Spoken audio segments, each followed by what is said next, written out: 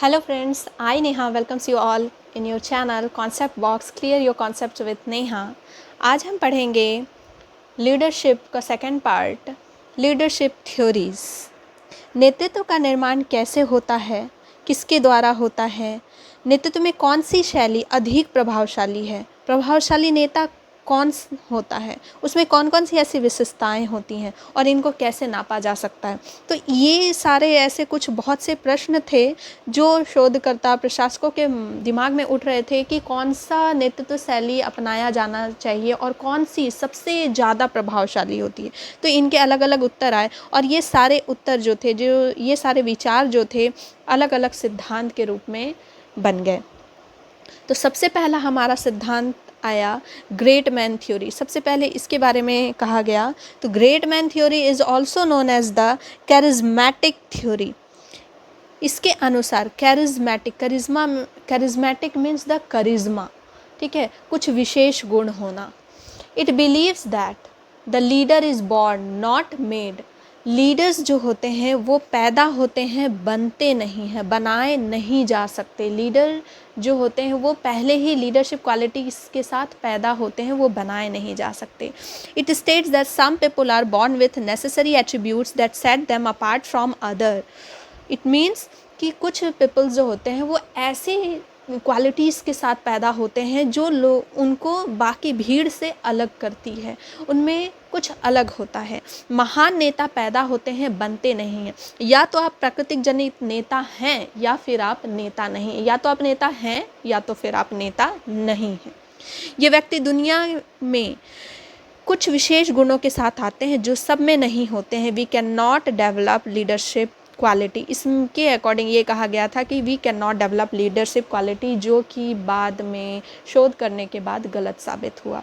तो ये फेल हो गई, क्योंकि हम लीडरशिप क्वालिटी डेवलप कर सकते हैं अकॉर्डिंग टू सिचुएशन। एक कॉमन इंसान भी जो है एक लीडर की तरह उभर जाता है, जिसको देख के कभी आपने नहीं सोचा होगा कि उसमें लीडरशिप, वो कभी बोल भी सकता, और एक समय आने पर वो कॉमन इंसान भी जो है लीडर बन जाता है। एक बिहेवियरल थ्योरी। इस सिद्धांत में नेता के गुणों पर बल ना देकर वे किसी परिस्थिति में अपने समूह की सहायता कैसे करते हैं, कार्य को पूरा करने के लिए कौन सा व्यवहार अपनाते हैं, इस पर बल दिया गया। इसमें ये नहीं देखा गया, एक्चुअली ये थर्ड थ्योरी होनी चाहिए। इसके बाद जो है सेकंड थ्योरी ट्रेड थ्योरी आई थी, तो मैंने इसको थोड़ा उल्टा लिख दिया है, बट पढ़ लेते हैं अब जब स्टार्ट किया है।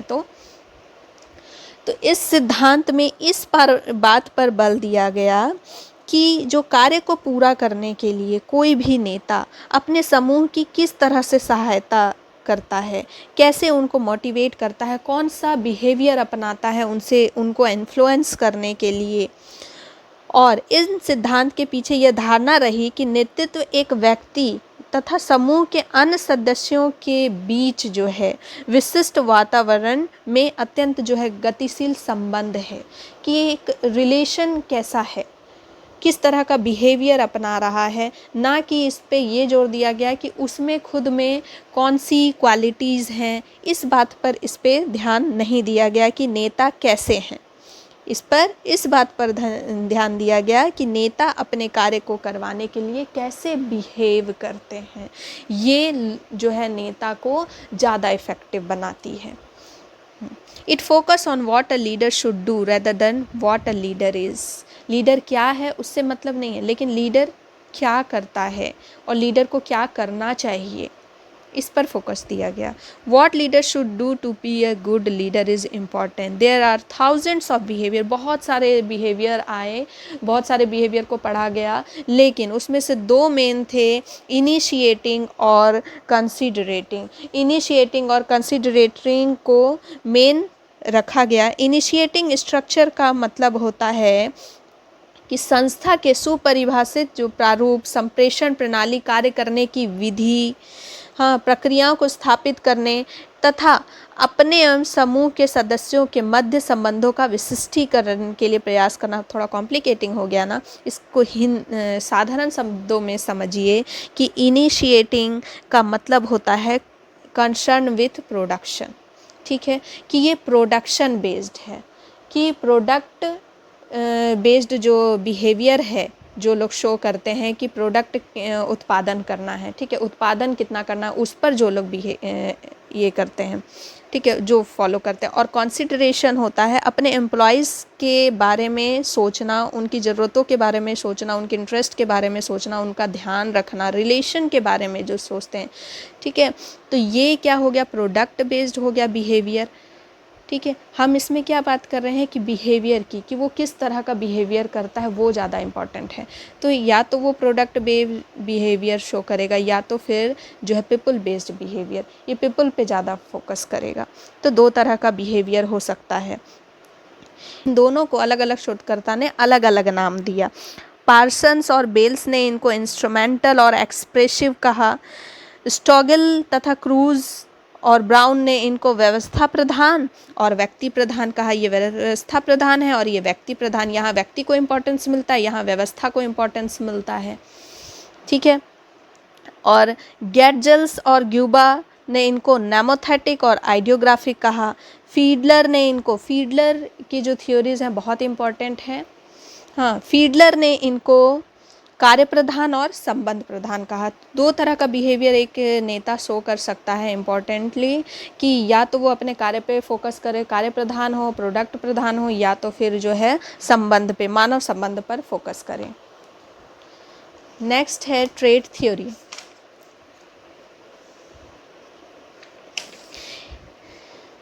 In a successful leader, there are certain traits, और for being a leader, a person must have following traits. Traits का मतलब क्या होता है? Traits का मतलब होता है कि गुण। तो इसमें ये कहा गया है कि एक सक्सेसफुल लीडर बनने के लिए, एक सक्सेसफुल लीडर बनने के लिए या फिर सक्सेसफुल नेता में कुछ जो है सर्टेन ट्रेड्स होते हैं जिससे पता चलता है कि वो सक्सेसफुल नेता है। तो उन ट्रेड्स को बताया गया कि फिजिकल फीचर्स अच्छा होना चाहिए, इमोशनल स्टेबिलिटी होनी चाहिए, कम्युनिकेशन स्किल अच्छा होना चाहिए, मोटिवेशनल स्किल होना चाहिए, इंटेलिजेंस होना चाहिए, उसमें सोशल स्किल होना चाहिए, डिज़ायर टू लीड होना चाहिए, सेल्फ मोटिवेटेड होना चाहिए और फिजिकल। लेकिन ये फेल हो गया था इसलिए क्योंकि इसके जो नेगेटिव पॉइंट्स ये थे कि फिजिकल फीचर्स में इसने बताया था कि कद काठी अच्छी होनी चाहिए, लंबा चौड़ा होना चाहिए इंसान को। लेकिन आप हिटलर को देख लीजिए, वो काफ़ी हाइट में छोटा है। गांधी जी को देख लीजिए, उनका शरीर वैसा कोई हट्टा कट्टा नहीं है, फिर भी ये दोनों ही बहुत ही इफ़ेक्टिव लीडर बने। इन्होंने लोगों को इन्फ्लुएंस किया, मोटिवेट किया। तो ये चीज़ें जो है थोड़ी फेल हो गई ये थ्योरी। इसके बाद हम पढ़ते हैं प्रासंगिकता, सिचुएशनल, कॉन्टीजेंसली, अलग अलग नाम से ये आपको मिल जाएगा और ये बहुत डीप है, इसके बहुत सारे टाइप्स हैं। और अगर आपको इसको इनके सारे जो सब थ्योरीज़ हैं ये बहुत इम्पॉर्टेंट है for the point of the exams. तो अगर आपको इनको डीप में पढ़ना है तो आप कमेंट बॉक्स में कमेंट करें। अगर कमेंट्स आएंगे तो ही मैं इनको बहुत डीप में और बहुत इंटरेस्टिंग वे में हम इसको पढ़ेंगे। तो पहले हम इसका इंट्रोडक्शन देख लेते हैं कि ये थ्योरी होता क्या है। इस सिद्धांत की ये धारणा थी कि कुछ ऐसे विशिष्ट व्यवहार होते हैं जो एक नेता को सफल बनाते हैं यदि वे व्यवहार उसमें हैं। दूसरे शब्द में कह सकते हैं कि इसमें इस बात पर बल दिया गया है कि यदि कोई नेता कुछ विशेष व्यवहार को प्रदर्शित करता है, अपनाता है, तो वो अधिक प्रभावशाली हो सकता है।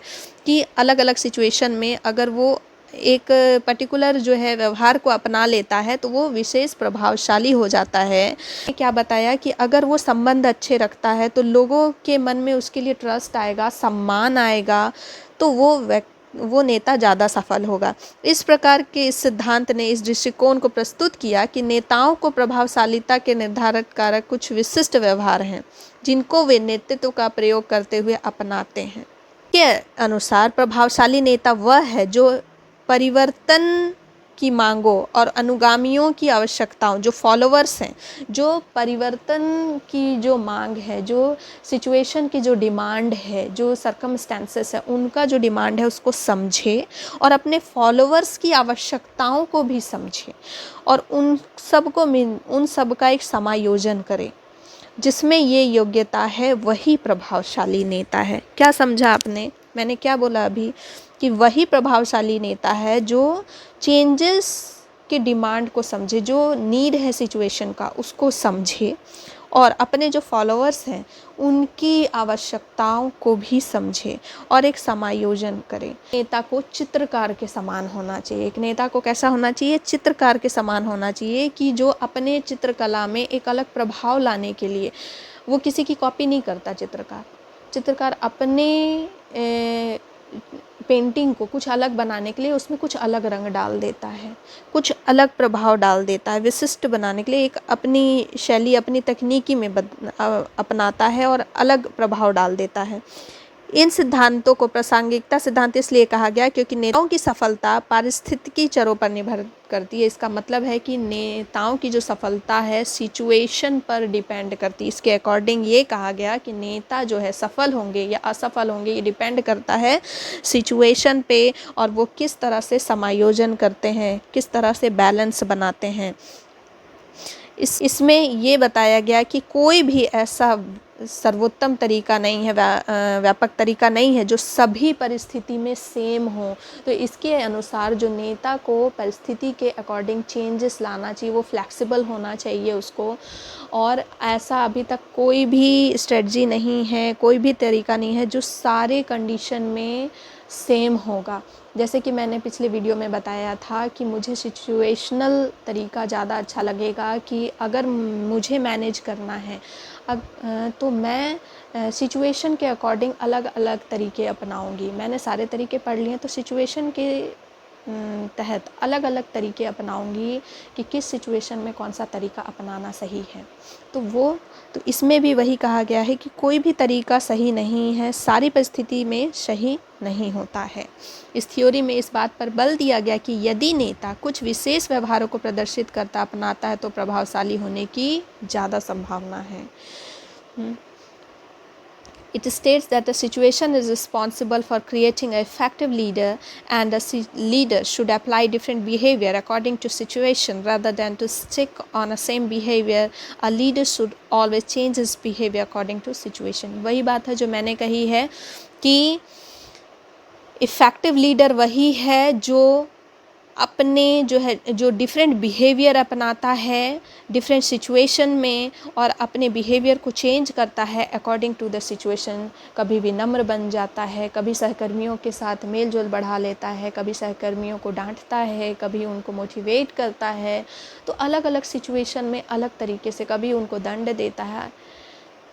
सब कुछ ज़रूरी है प्रबंधन में।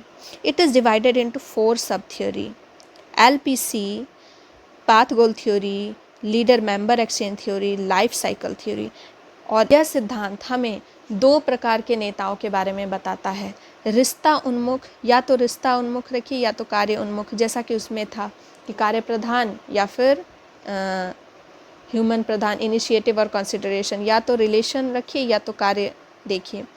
इस सिद्धांत के अकॉर्डिंग एक प्रभावशाली नेता वह है जो अपने नेतृत्व शैली, लीडरशिप स्टाइल को परिस्थितियों की मांगों और ज़रूरतों के अनुरूप बनाएगा, जिसमें परिवर्तन की मांगों और फॉलोअर्स की आवश्यकताओं को समझने की योग्यता है। यह सिद्धांत मानता है कि कोई ऐसा तरीका नहीं है जो कि हर परिस्थिति में सही है, कि कोई कह दे कि आप यही तरीका अपनाइए, आप इसी तरह के नेता बनिए। तो अगर आपको एक इफ़ेक्टिव नेता बनना है, एक इफ़ेक्टिव मैनेजर बनना है, आपको लीड करना है, लोगों को अपनी बात समझानी है, तो आपको सिचुएशन के अकॉर्डिंग आपको अपने आप में चेंजेस लाने होंगे। फॉर एग्ज़ाम्पल, अगर आपको गांव में समझाना है लोगों को तो आपको उनकी भाषा में समझाना होगा, आपको उनके तरीके से समझाना है। अगर आपको गुंडों को कोई बात समझानी है तो आपको उन अलग तरीके से समझाना होगा। तो हर परिस्थिति में चीज़ अलग तरीके से नेतृत्व करना है आपको। तो आपको ये वीडियो कैसा लगा? अगर अच्छा लगा तो लाइक, शेयर और सब्सक्राइब ज़रूर कीजिएगा।